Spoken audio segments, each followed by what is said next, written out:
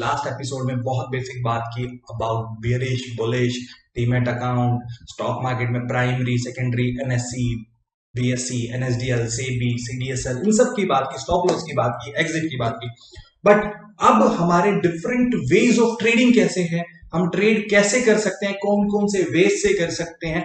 Actual में अगर right veg देखे जाए तो वो आपकी स्क्रीन पे है, बट इसके अलावा भी डिफरेंट वेज होते हैं जिससे आप ट्रेड करते हैं। किसी ने फोन करके आपको टिप दे दिया, प्लीज मेरे ये आज शेयर उठेगा बाय कर ले। दूसरा, मेरा मन कर रहा है, मेरे को लगता है कि यार ऐसे ये शेयर आज ऊपर जा सकता है, मैंने बाय कर लिया। ठीक है, इनसाइडर ट्रेडिंग भी बोलते हैं कि यार किसी कंपनी से आपको इंफॉर्मेशन मिल गई और आपने उस बेसिस पे ट्रेड कर लिया। These are the wrong ways of trading in the stock market. But दो इंपॉर्टेंट एस्पेक्ट्स हैं जो जिससे आप ट्रेड करके एक्चुअल में पैसा अपने नॉलेज से कमा सकते हैं। उसमें है दो एनालिसिस, और सबसे पहले एनालिसिस है फंडामेंटल एनालिसिस, दूसरा है टेक्निकल एनालिसिस। ठीक है, तो सर ये फंडामेंटल एनालिसिस होता क्या है? आपने कंपनी के रिकॉर्ड्स को चेक किया, कंपनी की डीलिंग्स को देखा कि कंपनी कितना प्रॉफिट कमा रही है, कंपनी का पास्ट रिकॉर्ड क्या है, कंपनी किस एस्पेक्ट्स को देख रही है, कंपनी के फ्यूचर प्रोजेक्ट्स क्या है, यानी कंपनी की बुक्स को टटोला, कंपनी के रिपोर्ट्स को देखा, कंपनी की स्टेटमेंट्स को देखा, कंपनी के बारे में जाना।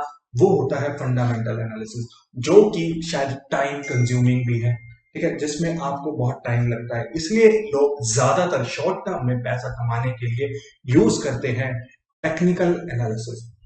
टेक्निकल एनालिसिस में हम देखते हैं कुछ टूल्स एंड इंडिकेटर्स जो हमें प्राइस की फ्यूचर मूवमेंट के बारे में बताता है।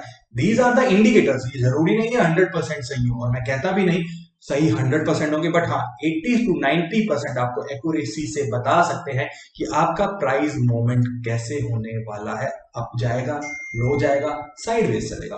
ठीक है, तो हम अपने लेक्चर्स में, अपनी सीरीज में सबसे ज्यादा बात करेंगे अबाउट टेक्निकल एनालिसिस। फंडामेंटल की सीरीज भी हम अलग बनाएंगे, टेक्निकल के बारे में हम सबसे ज्यादा बात करेंगे। तो टेक्निकल एनालिसिस कैसे किया जा सकता है? ठीक है, तो सबसे पहले टेक्निकल में जाने के लिए आपको जानना जरूरी है कैंडलस्टिक्स।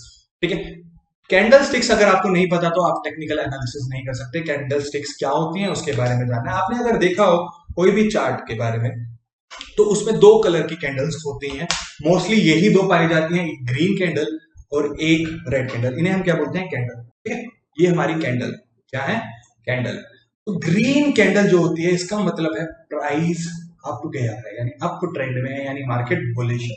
और रेड है तो मार्केट गिरी है, यानी प्राइस कम हुआ है किसी भी शेयर का, यानी मार्केट बियरिश। इतना याद? ठीक, तो अब देखो मैं आपको बताता हूं इसमें क्या लिखा हुआ है। मार्केट अगर यहाँ ओपन हुई, ठीक है, और वो ऊपर गई, यहाँ पे हाई तक आई, फिर वो नीचे गिरी, ठीक है, और नीचे यहाँ लो उसने लिया, बट स्टिल यहाँ पे बंद नहीं हुई, यहाँ पे आके बंद हुई। ठीक है, यानी ओपन से अबोव प्राइस पे बंद हुई। ठीक है, चाहे नीचे आई चाहे ऊपर गई, पर एक प्राइस ज्यादा था ओपन होने से क्लोजिंग का, तो वो बुलिश मार्केट में आ जाएगा, यानी ग्रीन कैंडल मिलेगी। एंड जस्ट अपोजिट इसके कि मार्केट ओपन हुई, यहाँ पे हाई भी लिया, लो भी लिया, ठीक है, स्टिल यहाँ पे आके बंद हुई, यानी ओपन प्राइस से क्लोज प्राइस कम है। इसका मतलब क्या है? मार्केट बियरिश है, मार्केट गिरी है, यानी कोई भी स्टॉक आपका गिरा है। ठीक है, तो जो अप आएगा, जो आप ऊपर देख रहे हैं, यानी अभी मैं आपको बताता हूं एक चीज और। ठीक है, ये होता है इसका हाई, ये इसका हाई, ये इसका लो, ये इसका लो। बट इंपॉर्टेंट एस्पेक्ट आपको अभी भी कम समझ आया होगा, जो कि इस चीज में आपको समझ आएगा। बट ये हाई और वो ये क्या है, आपको एक छोटी सी बात बताता हूँ। कई जगह आपको ग्रीन की जगह व्हाइट कैंडल भी मिल सकती है, रेड की जगह ब्लैक है, वही सेम कैंडल का कलर ही चेंज हुआ। तो अगर आप ये चीजें देखेंगे, एक कैंडल है, कैंडल का जो ग्रीन पोर्शन है, यानी व्हाइट पोर्शन है, या रेड पोर्शन है, या ब्लैक पोर्शन है, उसे हम बोलते हैं बॉडी। क्या बोलते हैं? बॉडी। ठीक है, अगर बॉडी है और बॉडी के ऊपर एक छोटी सी स्टिक है, यानी आप देख रहे हैं एक लाइन है, इसे हम बोलते हैं विक। यानी इसका मतलब है अपर लाइन है तो वो हाई उससे ऊपर था, क्लोजिंग से हाई ऊपर था, फिर नीचे आया, फिर बंद हुआ। ठीक है, ये इसे बोलते हैं विक और इसे बोलते हैं हम बॉडी। ठीक है, कई बार हमने विक को कई जगह कुछ लोग शैडो भी बोलते हैं। ठीक है, तो शैडो और विक एक ही बात है, पर टेक्निकली हम विक बात करेंगे। कई बार समझ में? विक। समझे? चले आगे चलेंगे। तो फिर भी मैं अब आपको समझाता हूं और अच्छे से बुलिश और बियरिश कैसे हो सकता है। सामने देखेंगे बुलिश कैंडल कैसे। मैंने आपको एग्जांपल लिया कि मार्केट ओपन हुआ 100 पे, यहाँ पे 100 था।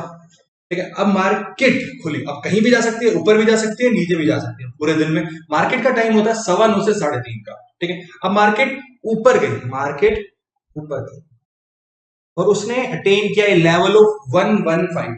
कितना?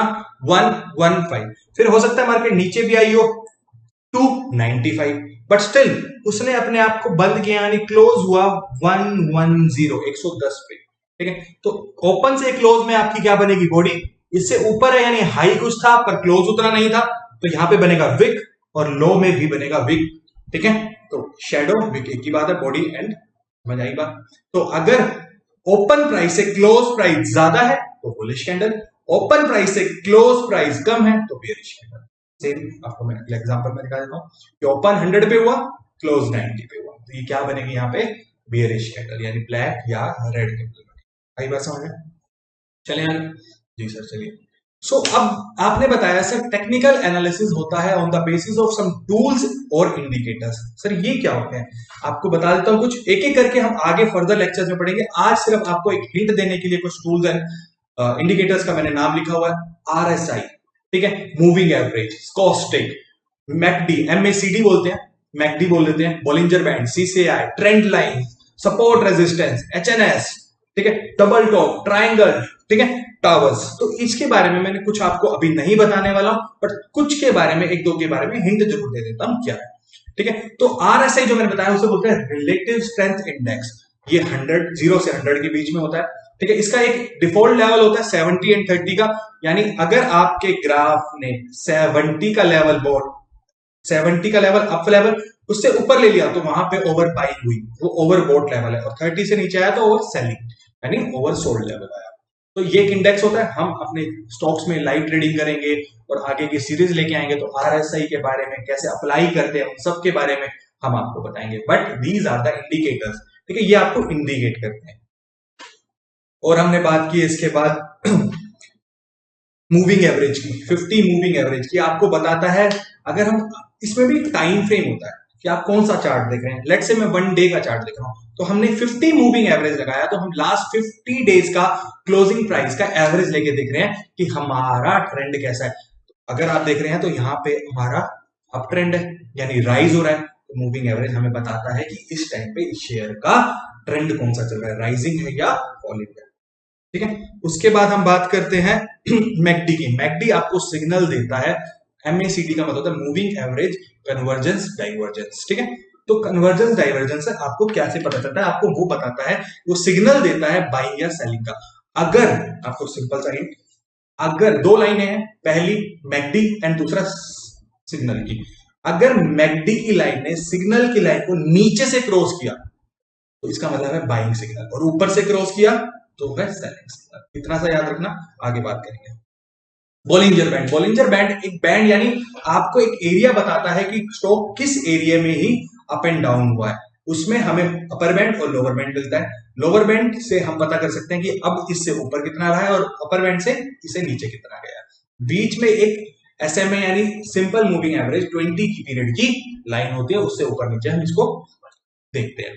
ठीक है, उसके बाद हम बात कर लेते हैं सपोर्ट रेजिस्टेंस की। सपोर्ट रेजिस्टेंस क्या होता है? सर रेजिस्टेंस यानी इससे ऊपर रेजिस्ट कर दिया। लेट्स से मैं इस पेन को, मैं कहां खड़ा हूं? एक रूम में खड़ा हूं। इस पेन को अगर ऊपर फेंकूंगा तो कहां से नीचे गिरेगा?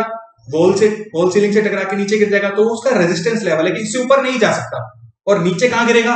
फ्लोर तक, यानी सपोर्ट, वहां पे पेन उसको सपोर्ट दे लेगा। तो सपोर्ट लेवल और रेजिस्टेंस लेवल होता है जहां पे हम बता सकते हैं कि कहां प्राइस मूव कर रहा है। ठीक है, उसके बाद ट्रेंड लाइन देख रहे हो। ट्रेंड लाइन हमारा शेयर का प्राइस, आपको पता है शेयर कभी ऐसे ऊपर या नीचे नहीं होता, ऐसे प्राइस उसका ऐसे चलेगा। तो अब ये ट्रेंड लाइन है, ये अप ट्रेंड लाइन है कि ऊपर जा रहा है हमारा शेयर। ठीक है, इससे हम इंडिकेट करते हैं। ठीक है, उसके बाद हम बात करते हैं, आपको पता है एक बात, NSE BSE आप कितने शेयर्स में डील कर सकते हैं, ट्रेड कर सकते हैं? BSE पे 5000 कंपनी लिस्टेड है, NSE पे ऑलमोस्ट 1600 कंपनीज लिस्टेड है।